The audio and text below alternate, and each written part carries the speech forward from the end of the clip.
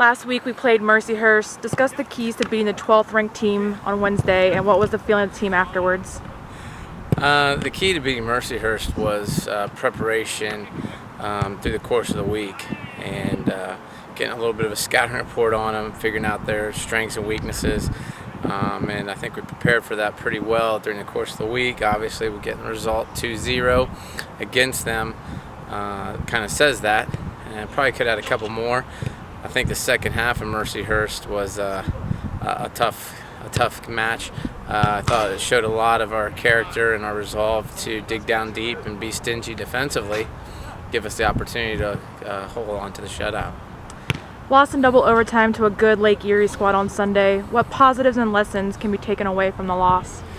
The lessons we've have to learn are the lessons from the goals we gave up from the defensive side of things, and then the lesson to be learned from the offensive side is we have to finish our chances. We have to be more ruthless in the box. We had 7 opportunities in the first half of this, and those are 7 good opportunities. And of those 7, I think there's 3 or 4 that absolutely have to go in the back of the net. And if so, I think the game is definitely might be over at that point.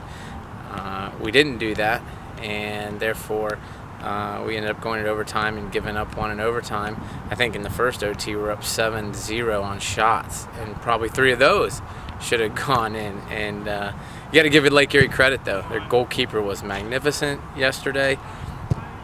They gave us a battle, and I felt our performance was pretty good on the day. We let one get away from us yesterday. This weekend will feature a road trip to a pair of GLIAC opponents in Northwood and Saginaw. Discuss the history of those rivalries and what we might expect to see on the field. Traditionally, 2 good schools in the GLIAC always are fighting, always in for championship, and always see them in the postseason conference tournament.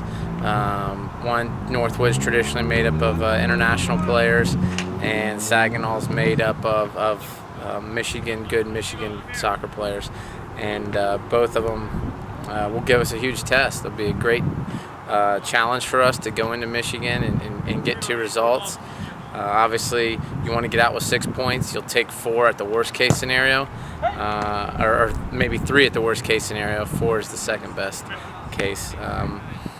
We'll put a good schedule today, tomorrow, and Wednesday as far as training goes, and hopefully we'll be prepared for that trip.